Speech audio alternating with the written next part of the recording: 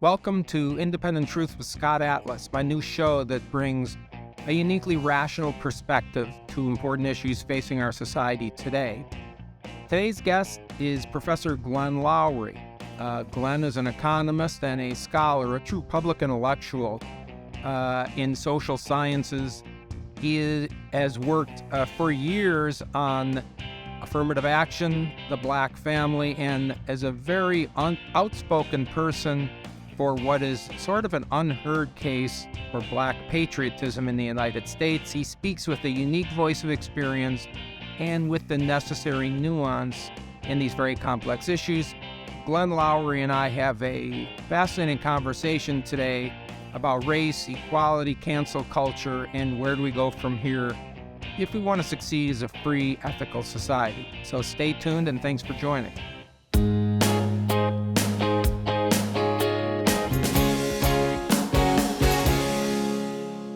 Hello, everyone. Welcome to Independent Truths. My special guest today is Glenn Loury. Glenn is a professor, the Merton Stoltz Professor of Economics and Social Sciences at Brown University and the Paulson Fellow at the Manhattan Institute.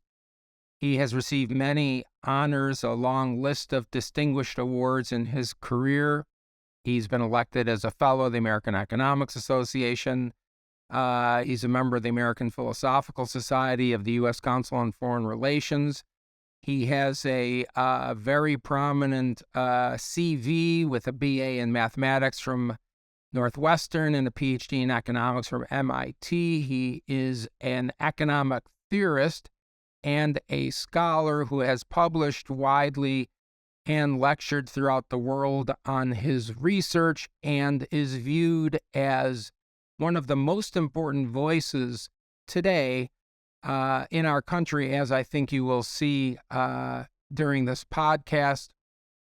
Glenn Loury's work focuses mainly on race, affirmative action, the race relations in our country, the Black family, and something that is rarely stated, the case for what has been called Black patriotism.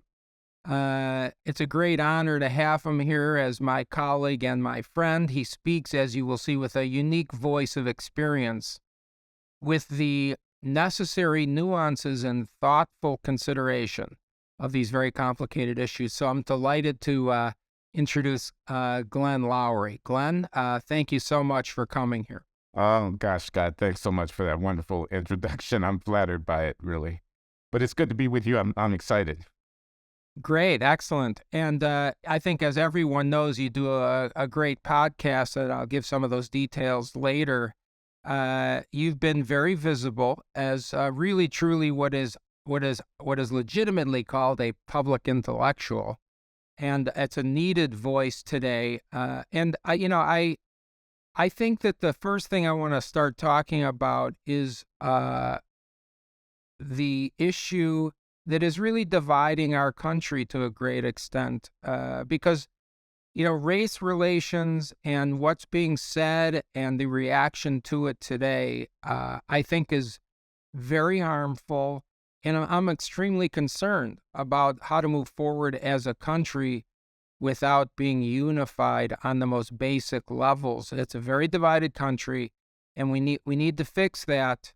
For ourselves, for our children, for our grandchildren, if we want to move forward. So my first question, if you can, is asking about your personal story. Given that we're both from Chicago, I can identify with some of it, but I'd love to hear for the audience too your personal story as a lead-in to where you are today. Yeah, well, let me just start by saying I share your concern for the country. I really do. The summer of 2020, that was not healthy. That was not good, and it exposed something. The demagoguery, the lying, the avoidance of what the real problems are. You said Black family in my intro. The state of social life amongst African Americans that goes undiscussed, the level of violence in some of these communities, everything is racism. I'm not going to give a sermon here, although I could, because the summer of 2020 was a not good thing. And the intellectuals and the political opportunism of, Jim Crow 2.0, the waving this bloody shirt of racism, Al Sharpton, these funerals, these public spectacles. We need grown-ups. These university campuses overrun by these screeching adolescents. So don't get me started on that. You asked me about my personal I'm story. going to get you started. Yeah, my personal story. So I'm a working class kid. I grew up on the south side of Chicago in the 1950s and 60s. I got lucky after an early sidetrack. My girlfriend gets pregnant. We get married. I'm 18, 19, 20 years old. I got a couple of kids. I'm drop out of college. It's a long story. I tell it in my memoir, which will be out next year. But I'm not going to talk about that now. But I mean, I just came up in the 50s and 60s. It was Black Power. It was Vietnam. It was Malcolm X. It was the Nation of Islam. It was the 1950s and 60s, a completely different time. I mean, for example, I felt compelled to marry my girlfriend when she got pregnant. Not because there was a shotgun. Not because there was a shotgun. And I'm not patting myself on the back. I am not a saint by a long shot, but it was the right thing to do. I mean, I worked in factories. I knew these white guys, these Polish and Italian and Jewish and Irish who were in the unions and stuff. And when they were burning draft cards, I was standing with the guys who were, pro-America. Yeah, I mean, it's amazing to think back because I'm from the same era. Even though, there were a lot of problems then, and, I nobody thinks there weren't. And I think you talk very eloquently, as you will hear, about the progress in race relations. So there were real serious problems then. But there was a unifying theme, and that was, I think, for lack of a better word, patriotism. I think we were Americans. And I think I'm very concerned that even that basic point has been lost, certainly where I live in California. I was just going to interject to say that's why this 1619 Project and critical race theory thing is so important. It's not just some kind of culture war diversion from, quote, the real issues, quote, how we tell the story of this country to our children. What could be more central than that? And this left-wing thing. I mean, if I were sitting in China wondering how to undermine my chief rival in the most fundamental way, I could do no better than to teach the country that it's morally bankrupt, that its founding father statues need to be taken down, that it's built on plunder, that this great country is built on plunder, reparations, the whole mentality. It weakens us right at our core. And it's not good for Black people, frankly, in my humble opinion. I mean, this is a dead end. This balled-up fist and this kind of separatism thing is a dead end. There's no United Nations tribunal that's going to adjudicate the unresolved issues of race in this country. They're going to be done right here by the people who vote for Donald Trump, by the voters of this country, by the heartland of this country. This is where the issue is. The issue is not abstract. The issue is So anyway, right. Don't get me started. No, I want to get into this really because you mentioned something there, which is it's harmful to Black people.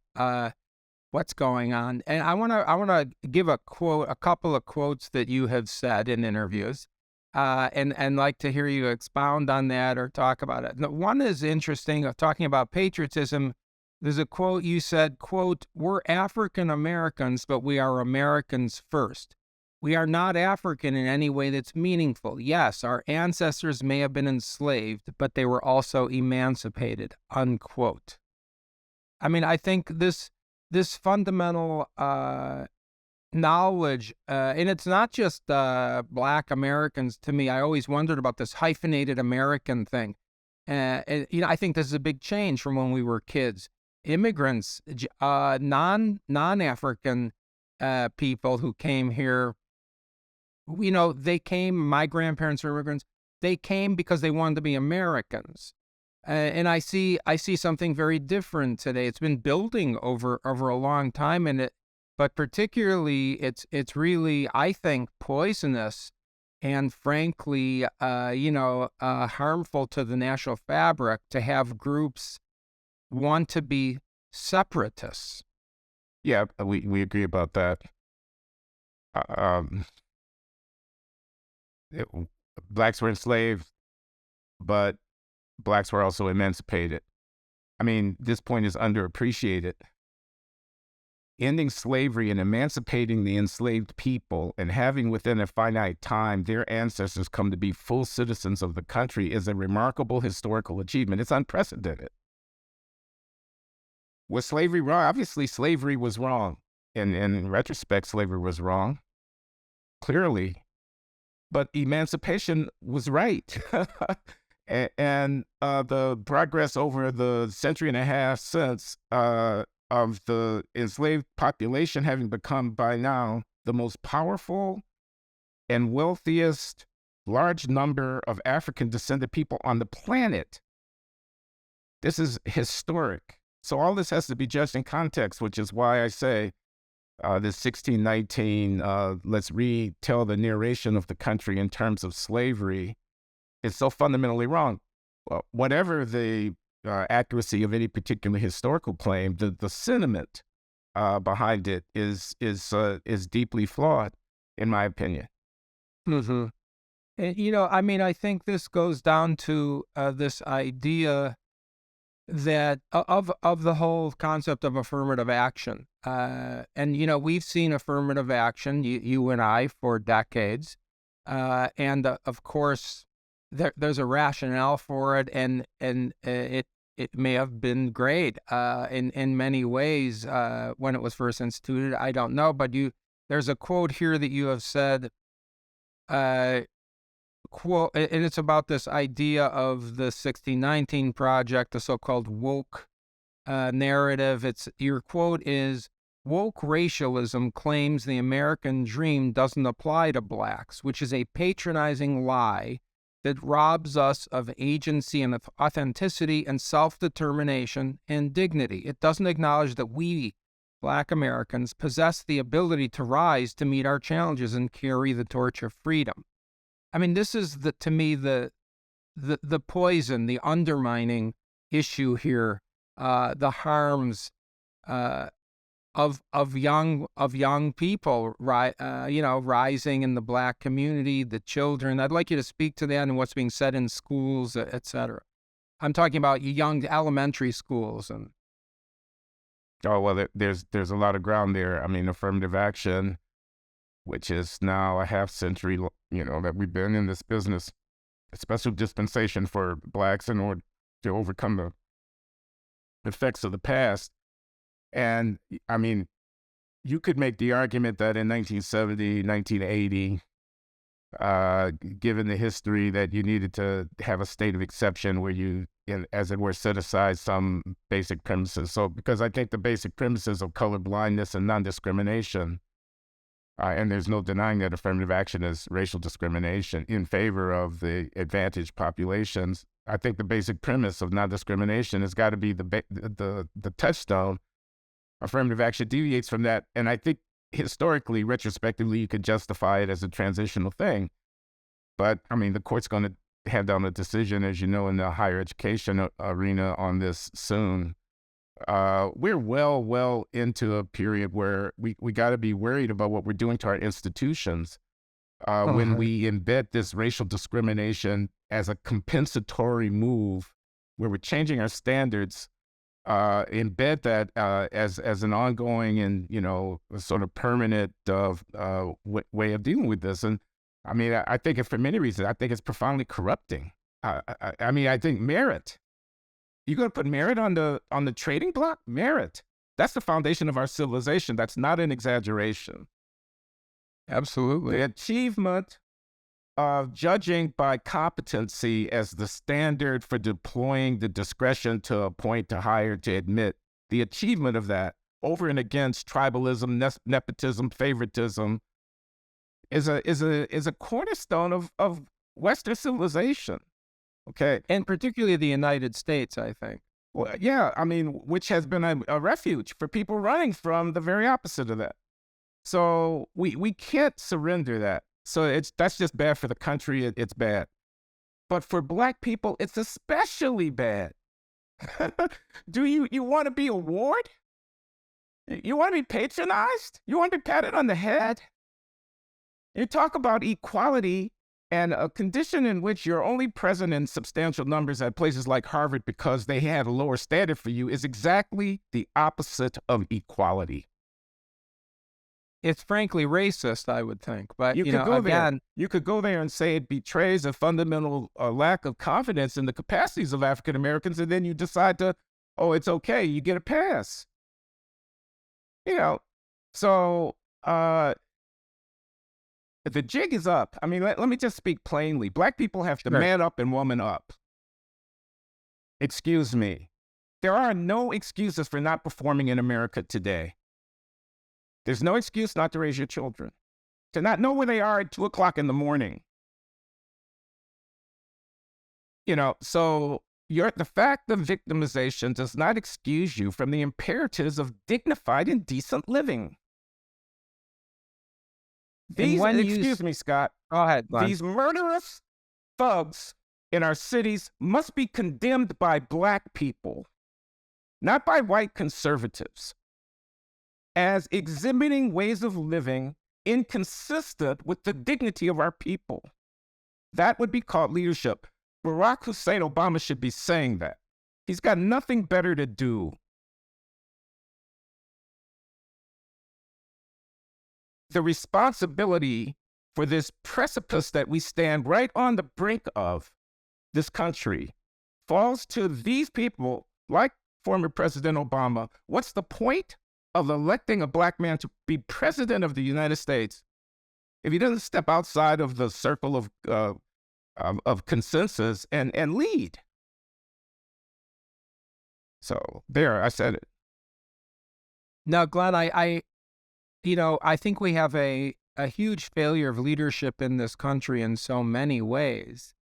But particularly here, I think on race, this is the most destructive leadership void that we could think of, because we are fundamentally destroying the fabric of what America is built on. It was built on opportunity.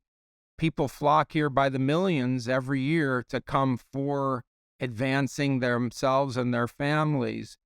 And there's this distinctly different situation here inside.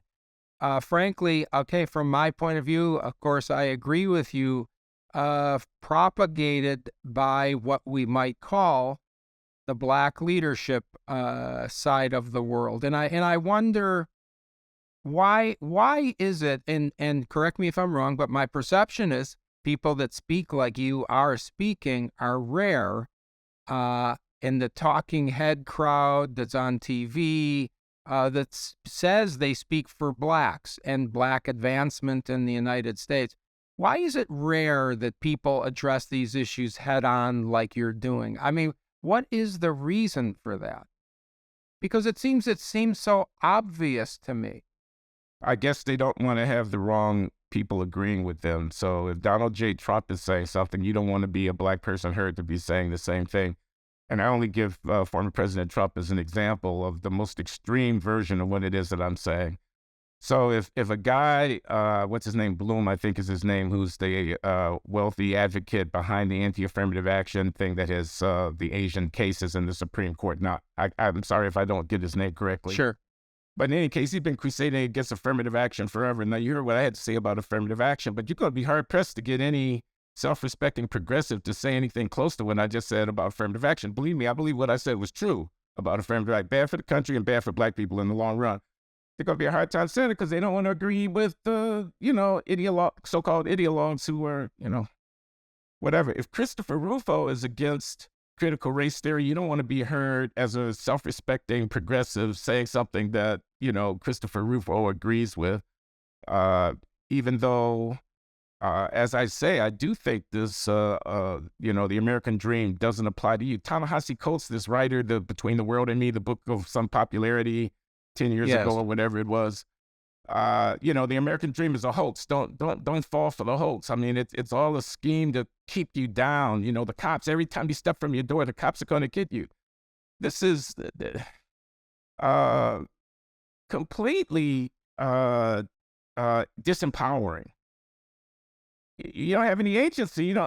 Everybody else in the 21st century is making their way where the streets are paved with gold here in the United States of America. Everybody else is availing themselves of all the opportunities of freedom. And here we are belly aching and telling our children that it doesn't apply to them.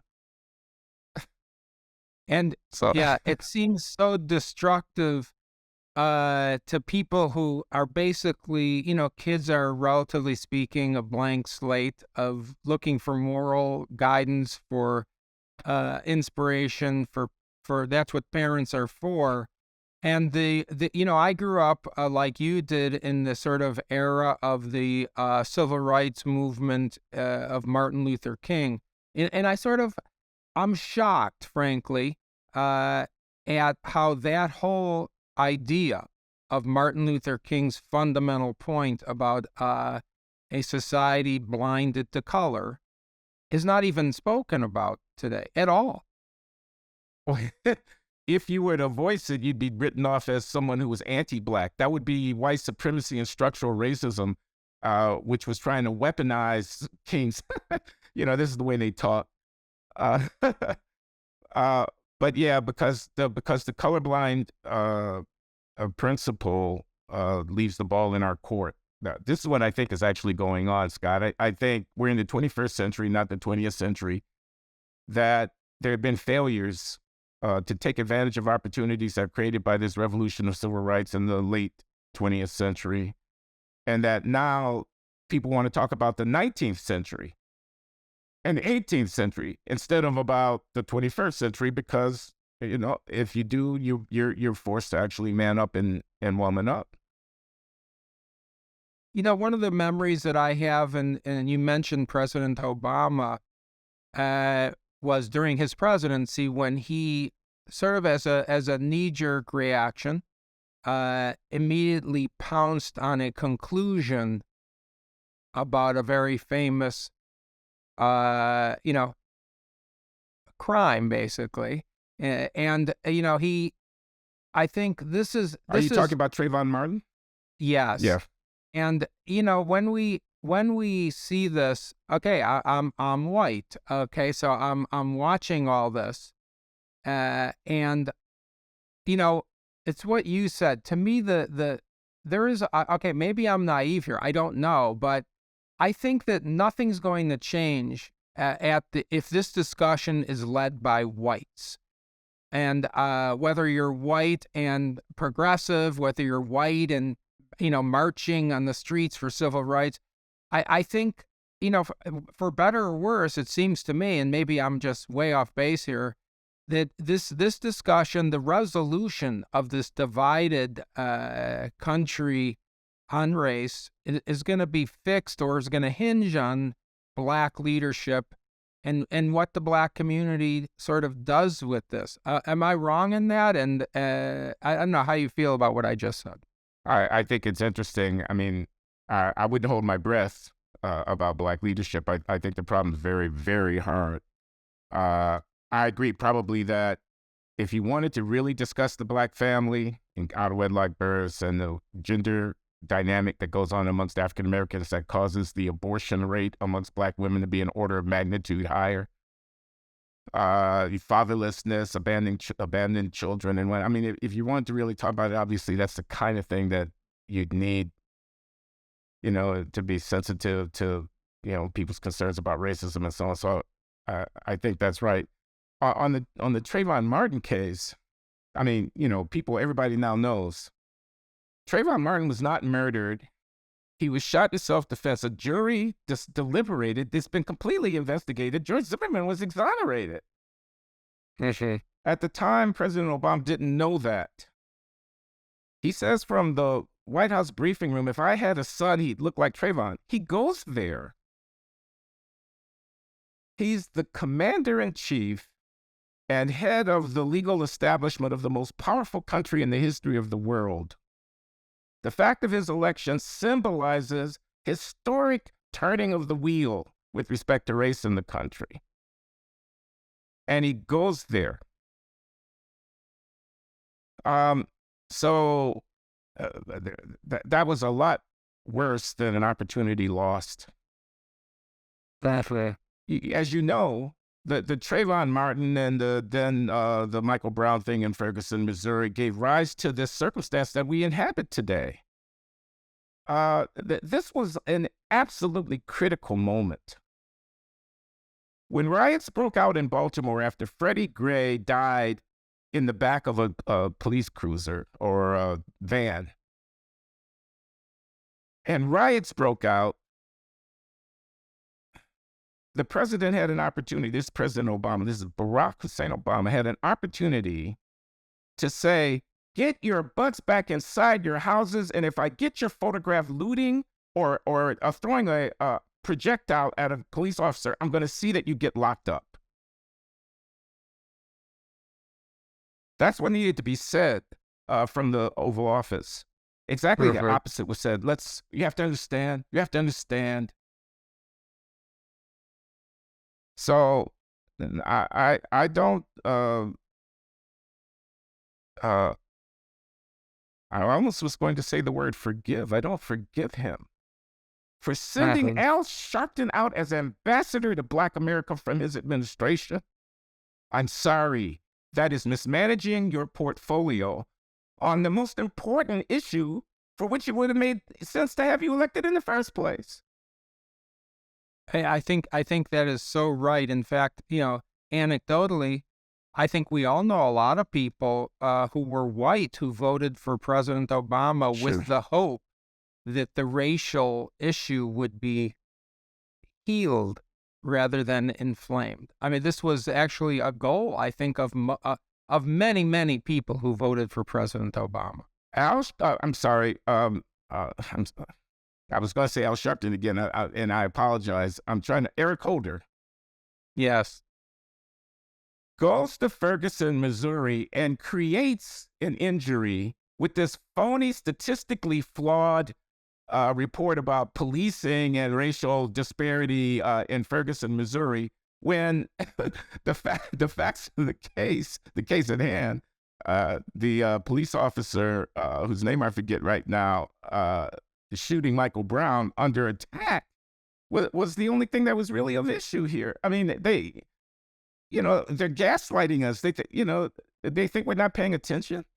And I'm sorry to go on like this, Scott, but one of my greatest concerns is that there is a backlash brewing of people, some of whom vote for Donald Trump, who can see just as clearly as you and I can exactly what's going on, and who will harbor resentment about it. They're pushing this reparations thing as if you can give $5 million a head to anybody because they're Black and not undermine the very capacity to govern your country.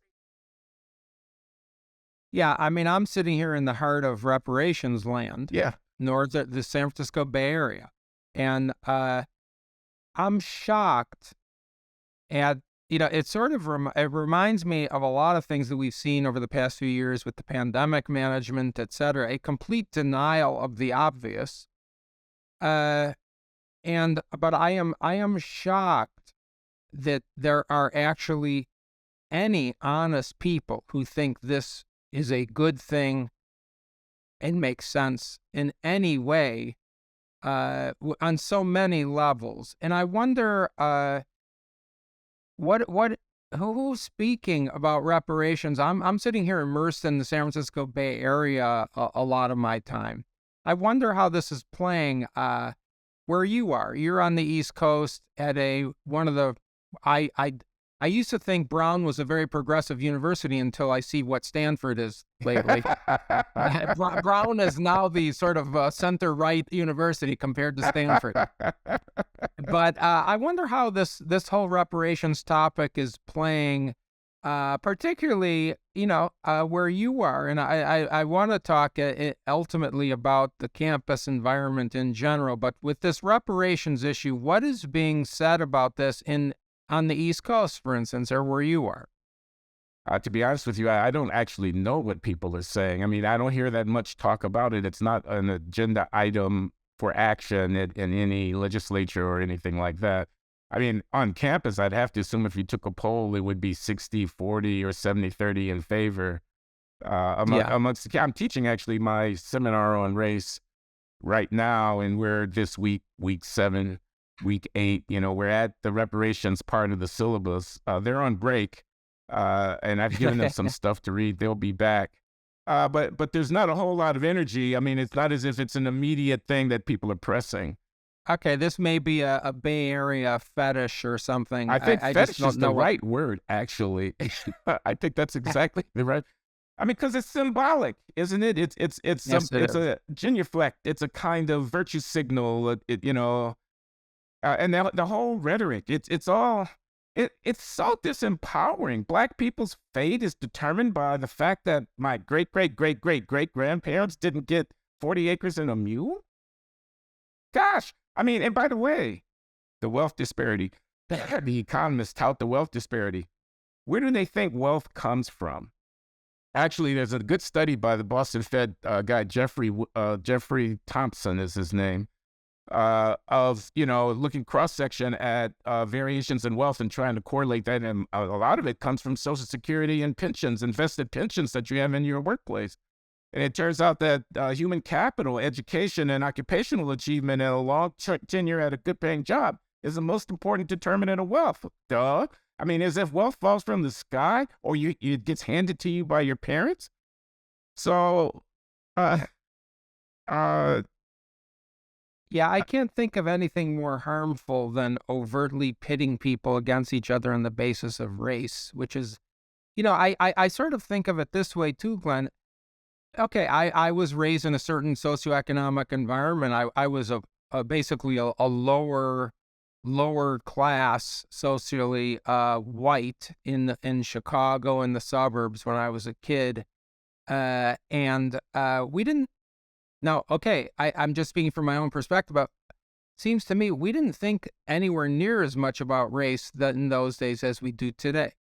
And I'm saying in a harmful way. I think we have become what I would call everything is racial now. Everything is determined on the basis of race. It is a truly racist, racially based discussion. Therefore, a racist based sort of perspective is everywhere. This is sort of my cynical interpretation of what we're witnessing these days. Especially, and I think it's just part of this, what's happening on campus, particularly in these elite universities, quote unquote elite, where you have people, the students there, to me, are the most sheltered, privileged people in the country. Being on these campus environments, being basically coddled, living better than most country club, scenes would be, and these people have very little experience are pushing this forward. I wonder how this is going. How is the campus? I'd like to talk about free speech on campus, and you're at Brown University, of course.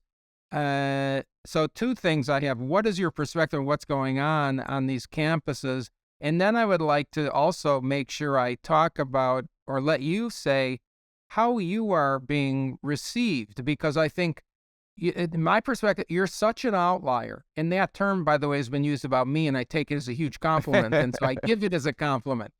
How are you perceived in your world of being an academician at this sort of progressive university, but also, as a very prominent Black intellectual?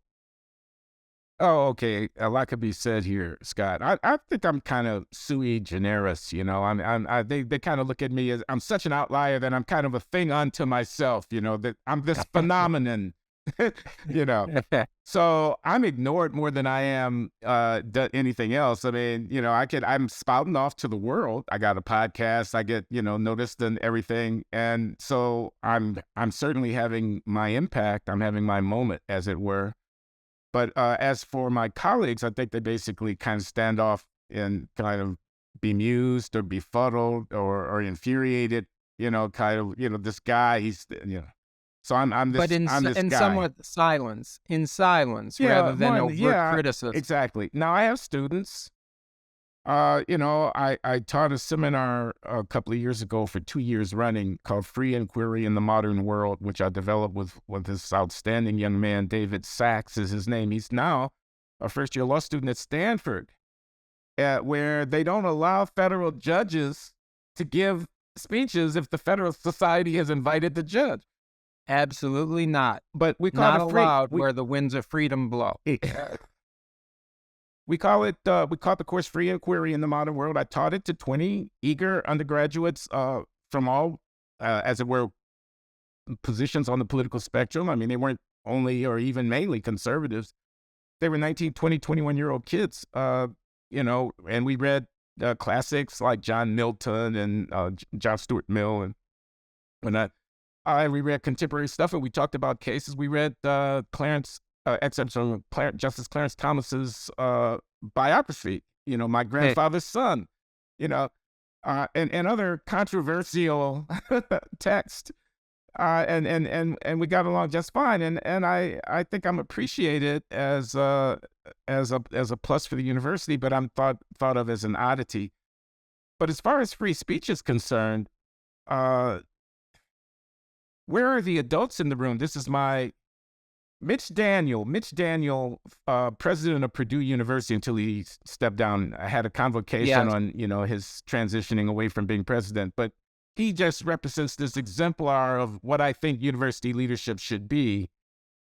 And I think in the same way in which I regret that the former President Obama didn't handle his portfolio on the race questions responsibly, in my humble opinion, I think, too, that leaders of these great educational institutions are mismanaging their portfolio when they let the inmates run the asylum would be one of the metaphors, when they don't stand up for the deep values on which the whole enterprise is premised. So we're not here to show that we're on the right side of history at the university. We're here to be able to think critically and usefully about what exactly the right side of history might be. We got to teach people how to argue, how to assess evidence and facts, how to deal with ambiguity and with difficult, we got to teach them to revere the traditions of inquiry, that we're the custodians of an inheritance of enormous value. So when they put all that on the altar of equity, when they allow transitory sentiments and impulses to guide the way in which they oversee the traditions that allow us the benefits of modern life, they don't handle their responsibilities very well. So career concerns. I mean, I could argue with my provost, but my provost wants to be president one day, if not of this institution, of some other institution. The last thing he wants is a bunch of kids sitting in his office saying that he's transphobic. Absolutely. So he's not going to hear me. He's not going to hear what I'm saying. So they say that the company CEOs play to the short-term stock returns. University administrators are playing to the short-term, what's going to be my next job? How am I going to finish my career concern? And they're betraying us. I completely agree. In so many ways, we have entrusted our children to these people. And by doing so, we have entrusted the future of our country to these people to a great extent. And I agree, again, there is nothing more important than teaching the young generation how to think critically. That is the role of a university. That is perhaps the most important role. It's not to learn facts out of a book. You could do that online. You could do that by reading on your own. It's simply to understand engaging ideas that differ, that you have to judge and think through. And that's a very, very, that's an essential task to be able to function as an individual, let alone lead. We have a massive void in leadership, and what I mean by that is what I call ethical leadership in this country. I think we have a tremendous absence of courage. It is true the cancel culture that we have all experienced on campus and elsewhere is powerful. But we need people to step up. As I like to say, rise up, which means speak up. That's what you're not just allowed to do in a free society and a democracy. You're expected to do that. You must do that, or the freedoms disappear. Well said. Well, let's finish up, Glenn, in a few minutes with sort of where do we go from here? You're going to continue to speak up. That I am confident about. And we need more people, and you're very inspirational. And as you mentioned, your autobiography is coming out in next spring, and so we're all going to be watching for that, because I think personal stories are very important to understand what people are saying, as well as to inspire others. I think, and that I am very anxiously awaiting your book. Thank you. But where do we go in right now in this country? There is not a lessening of the divisiveness that we're seeing, in my view, at all. I don't see I personally don't see a positive sort of evolution of this. Maybe I'm wrong. What do you think, and how do we go proceed? I don't know. It's hard to be optimistic. First, do no harm is kind of almost what I want to say. I mean, let's stop doing the stuff that's absolutely harmful. Defend merit. I mean, don't be embarrassed to stand up for values. I mean, but in a way, I'm really only reciting my own catechism. That's the reason why I'm, playing the role and doing the things that I'm doing, because I've just determined at this stage in my life that that's what I want to do. Return to the roots, spiritual awakening. Seriously, I'm actually serious about that. I mean, I think this is something that we don't talk about enough, really. Yes, we're sort of we have evolved certainly into a very secular society. Yeah. I think people that have a faith basis for their lives have either been pushed into silence or are certainly less visible. I was raised in a very secular home, but somehow we understand moral and ethical principles even without religion. But I think religion is really key, to a functioning, virtuous society. And I think a lot of that has been lost. I wonder how to restore that. I don't know. Of course, we don't have the answers, but we need to keep speaking about that because that is the foundation of our country. And I think that's actually an untapped unifying theme between races. Yeah, but realistically, you wonder if there's any pathway that actually gets you there. It's a difficult issue, of course. Right. Well, Glenn, I really thank you for your time. I think this sort of quick podcast doesn't do justice to any of these topics, but we're all inspired by your courage. I want to say that right out front because having had death threats and all kinds of stuff myself, my guess is it's an order of magnitude higher for you, all of these things.